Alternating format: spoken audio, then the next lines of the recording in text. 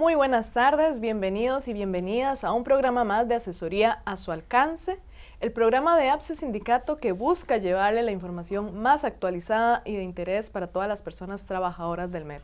El día de hoy precisamente tenemos el tema de líneas de ascenso para trabajadores y trabajadoras del MEP y por eso tenemos con nosotros a la compañera Tatiana Ulloa Valverde del departamento, ella es asistente del departamento laboral. ¿Cómo estás, Tatiana? Hola, muy buenas tardes, afiliación, buenas tardes, Natalie, y gracias por nuevamente una invitación para un tema tan importante, ¿verdad? Claro que sí, recibimos muchas consultas sobre este tema y bueno, empecemos. ¿Quiénes pueden optar por un ascenso en el Ministerio de Educación Pública? Ok, bueno, esa es una pregunta que nos hacen muy frecuentemente. En realidad, las únicas personas que pueden optar por un ascenso como tal son aquellos que cuentan con una propiedad en el MEP, ¿verdad? Porque hay que diferenciar, tal vez si yo me quiero trasladar, o más bien que me nombren en otro puesto, porque ya tengo requisitos, eso sería un nuevo nombramiento si yo soy interina. Entonces, la respuesta es solamente los trabajadores que cuentan con una propiedad en el MEP, Nati, pueden ascender ya sea en propiedad o de forma interina. Ok, perfecto. Este año precisamente, en el mes de junio, el MEP habilita un proceso de ascensos y no sé si nos puedes explicar un poco más en qué consiste este proceso. Bueno, durante todo el mes de junio estuvo habilitada la plataforma Saltat, que es la plataforma que el Ministerio utiliza para que los funcionarios y funcionarias hagan las solicitudes de ascenso. Pero ¿quiénes pudieron participar? Los que participaron fueron únicamente quienes cuenten con alguna propiedad en un puesto técnico o administrativo docente y que quisieran mejorar sus condiciones laborales, cambiarlas, mejorarlas, ¿verdad? Pero únicamente ese proceso fue para las personas que ya contaban con una propiedad en alguno de esos estratos, ¿verdad? Okay. Porque, perdón, muchos docentes nos estuvieron consultando y por eso es importante que este programa y que se conocieran las líneas de ascenso, porque tal vez algunos querían ascender y no tenían los requisitos para hacer una solicitud. Ok, perfecto. ¿Y ese proceso es a través de una plataforma en específico, nos decías? Sí, claro.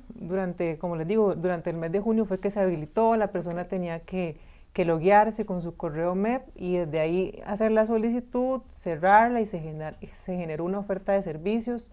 También es importante mencionar que esas solicitudes que se hicieron en el mes de junio todavía continúan en análisis en el Ministerio de Educación Pública. Ok, ¿no se han dado resultados? De momento no, ¿verdad? Fue un proceso muy esperado porque, bueno, la mayoría saben que estaban resolviendo el tema y de momento todavía se continúa resolviendo el tema del transitorio.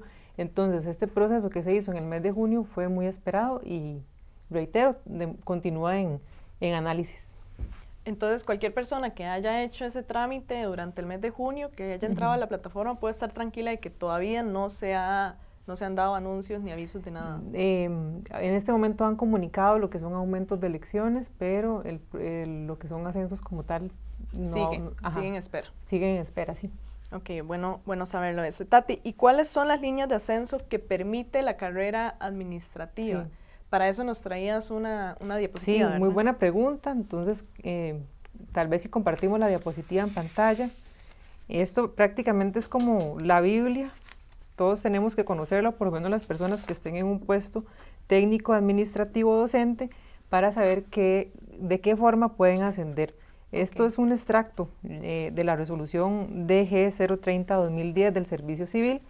Entonces, aquí voy a mencionar algunos de los tantos ejemplos que vienen en esa resolución. Entonces, ¿a qué puesto puedo yo ascender mediante ese proceso? Pues al puesto superior inmediato. Entonces, vemos un ejemplo.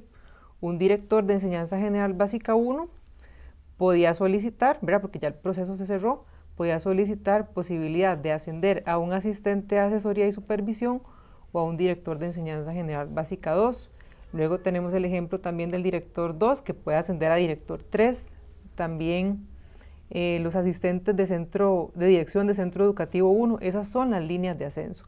¿Cuáles son las líneas de ascenso? A las que yo, si poseo un puesto en propiedad de los que están en la columna izquierda, entonces yo podría optar por un ascenso en los puestos que se despliegan en la columna derecha. Vean que también viene el ejemplo de los bibliotecólogos, de los orientadores, orientador asistente. ¿A qué puesto podía solicitar? Pues a un orientador 1. Un orientador 1 podía pasar a un orientador 2. Entonces vea que lleva una línea de ascenso, como se llama la resolución. Yo no podría ser un orientador 1 y ascender directamente a orientador 3 sin haber pasado por el 2. Entonces es importante, como les digo, esa es como la Biblia que se usa para ese proceso que pasó en el mes de junio y únicamente sería, digamos, a esos puestos que están ahí, ¿verdad? Porque tuvimos muchos compañeros que nos estuvieron diciendo, es que yo estoy pidiendo un ascenso a tal puesto, y ya íbamos y revisábamos la resolución. Y no había una línea. No había línea de ascenso de la carrera administrativa, de los puestos que establece la Dirección General del Servicio Civil. Entonces, esa resolución pues nos aclara muy bien todo. A mí me surge una duda ahora que veía el cuadrito, y es, si yo quiero saber en este momento, porque estoy viendo el programa y vi la tabla y no me dio chance de apuntar todo, quiero saber más, ¿esta resolución la puedo buscar? Sí, claro, bueno, nos la pueden solicitar al departamento laboral y nosotros con mucho gusto se la enviamos, ¿verdad? Okay, pero eso sí era importante haberlo considerado y haberlo tenido en cuenta para ese proceso, pero si alguien tiene duda, entonces nos lo pueden solicitar y con mucho gusto se lo hacemos llegar. Ok, perfecto. ¿Qué pasa si, bueno, ya se abrió este proceso en el mes de junio, ya se cerró, más bien las personas están esperando los resultados?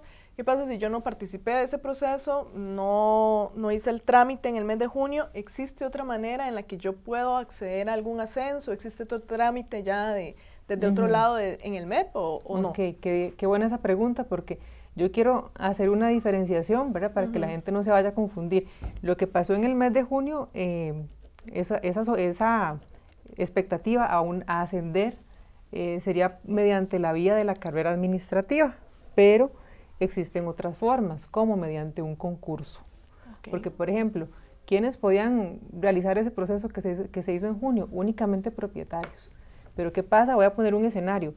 Si yo soy docente y recién obtuve una licenciatura, una maestría en administración educativa, que son muchísimos casos, entonces dicen, bueno, ya quiero pasarme al área administrativa.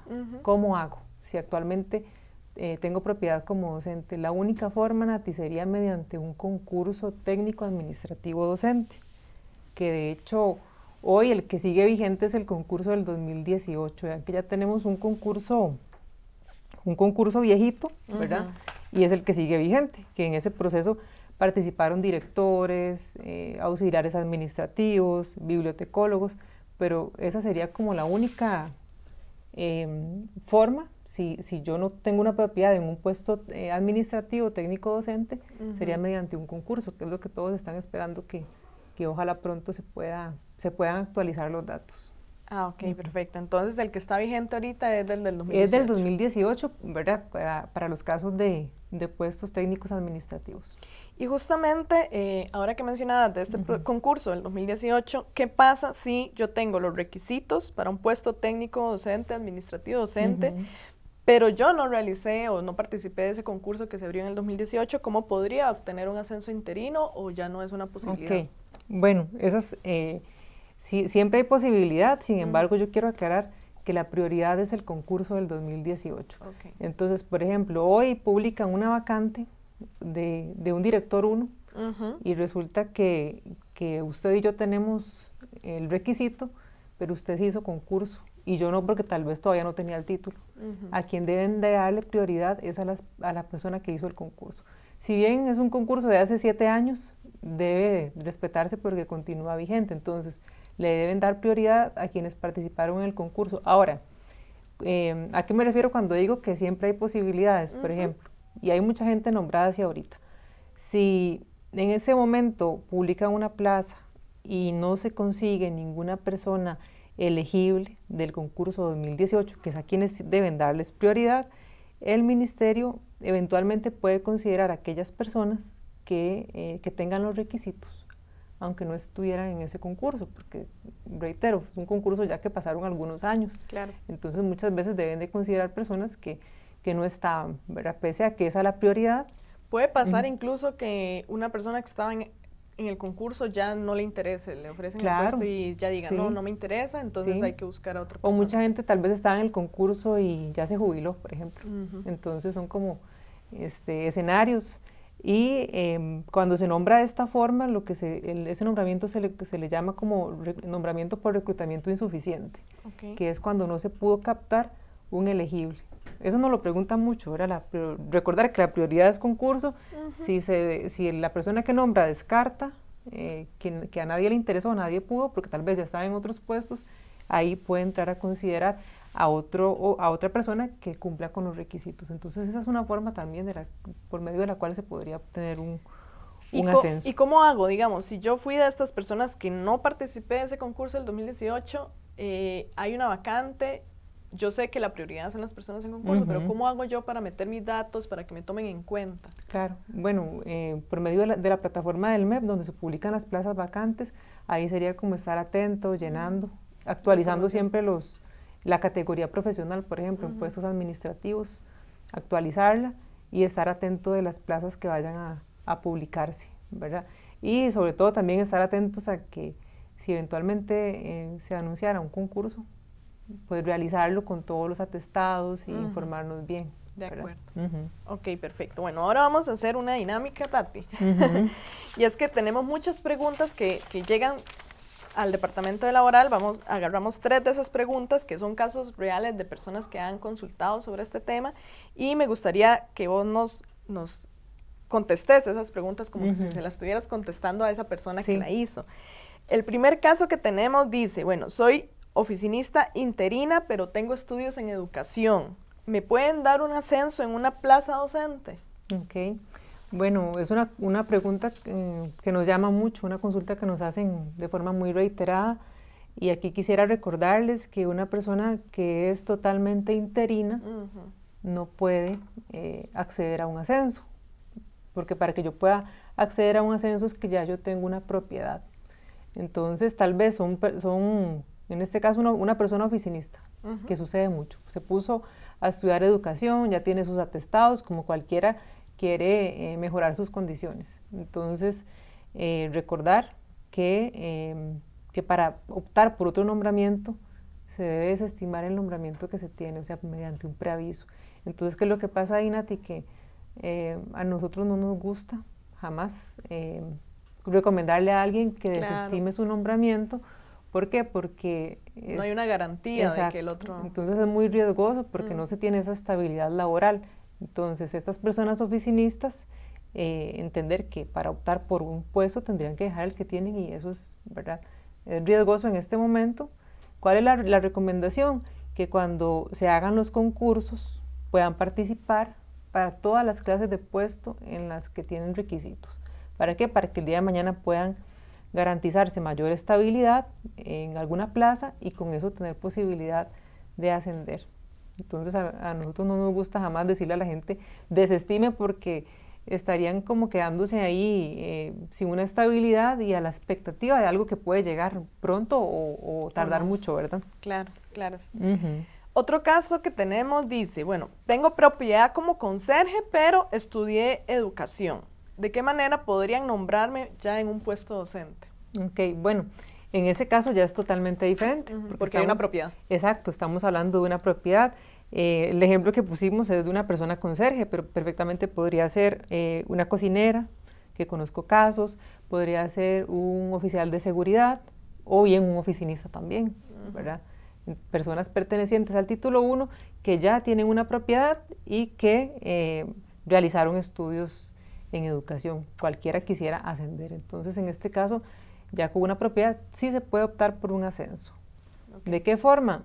Nuevamente el mecanismo número 1, que es el concurso, realizar concurso para tener mayores posibilidades, ¿verdad? Yo entiendo que en este momento pues tenemos concursos, el de los docentes el último fue en el 2019, pero bueno, estar atentos. Y si no hay concurso, como lo mencioné antes, estar ofertando las plazas que publican, y en ese caso pues si a una conserje que tiene propiedad, que conozco muchísimos casos, ¿verdad? Porque muchas optan por estudiar educación, si les ofrecen una plaza como docente no tienen que hacer ninguna clase de preaviso, es un movimiento que conviene el MEP y la persona trabajadora y le realizan el ascenso de forma interina.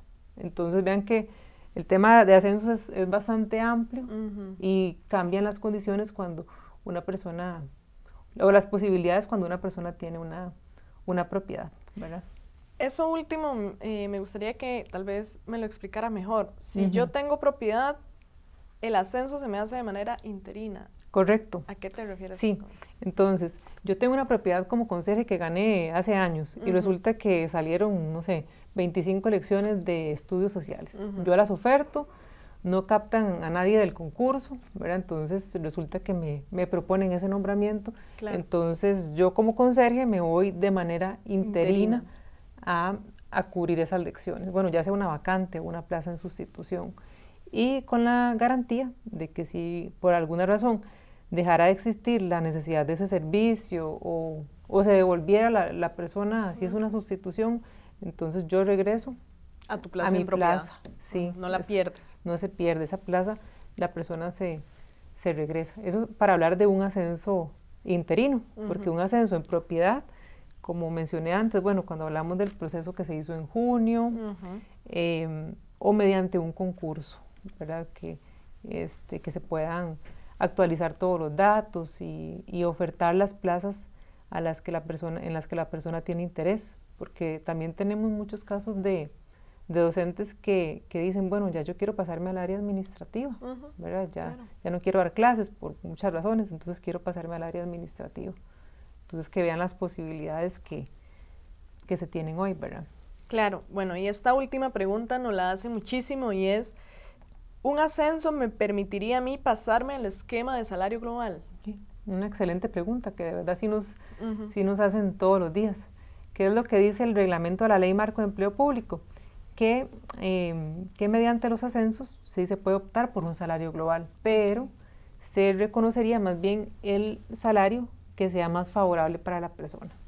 Entonces, tenemos personas que ascienden, pero económicamente les resulta mejor estar por componentes salariales. Pero la misma ley debe respetar el esquema que mejor le favorezca. Y generalmente las personas que se les mantienen componentes salariales en ascenso son aquellos que tienen 20, 25 años de laborar, que les va mejor por sus anualidades y por sus componentes, les va mejor que los ubiquen en salario por componentes. Entonces, tener claro eso. Si se asciende, el salario que le deben de colocar, de acuerdo con lo que dice el reglamento de la ley, es el que mejor le favorezca. Entonces, no es algo que en automático suceda de que si haces el ascenso y tenés salario global en automático, sino que se va a hacer como esta escogencia. Claro. O sea, la ley debe ubicarlo en el que mejor le favorezca. La mayoría, sí te digo, son de salario global, ¿verdad? Pero hemos tenido casos que hasta en el departamento laboral hemos hecho reclamos porque decimos, no, es que más bien me lo están perjudicando si me lo dejan en salario global. Esta persona gana más por componentes.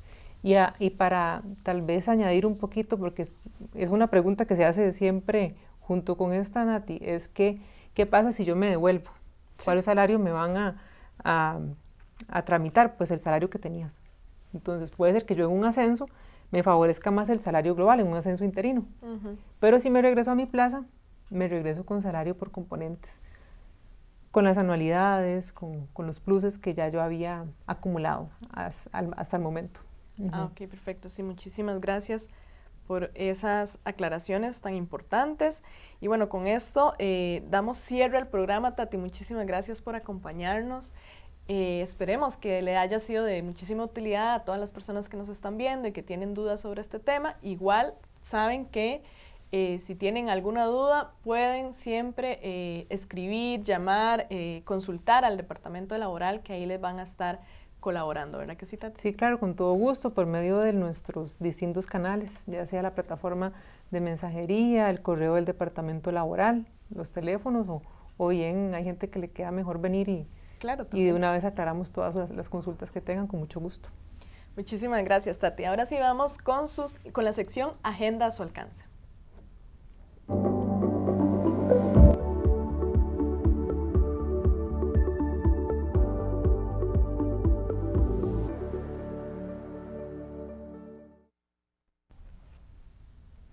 En APSE tenemos un nuevo número para todas sus consultas, así que pongan atención y anótenlo bien porque El nuevo número que tenemos para que puedan escribir al WhatsApp es el 8410-5252. Ustedes ahí envían un mensaje y nuestro sistema lo primero que va a hacer es solicitarles su nombre completo y el número de cédula. Se abrirá un menú después de que ustedes den estos datos, se abrirá un menú como el que se ve en la pantalla, donde ustedes pueden elegir cuál servicio de APSE desean contactar. La atención del chat es personal a cargo de los funcionarios de APSE, que era como lo que les estábamos explicando ahora del departamento laboral. El horario de atención de este servicio es de lunes a viernes de 7:30 de la mañana hasta 3:30 de la tarde, eso no ha cambiado, pero lo que sí cambió fue el número de teléfono, así que por favor anótenlo, 8410-5252 es el número nuevo de WhatsApp de APSE. Y con esto terminamos nuestro programa de asesoría a su alcance. Esperamos que les haya sido de utilidad. Les pedimos que por favor compartan y circulen esta información entre compañeros y compañeras que ustedes sepan que tienen alguna duda, algún procedimiento sobre el tema de hoy. Y también invitarles a que nos vean en el próximo programa miércoles a las 5 de la tarde.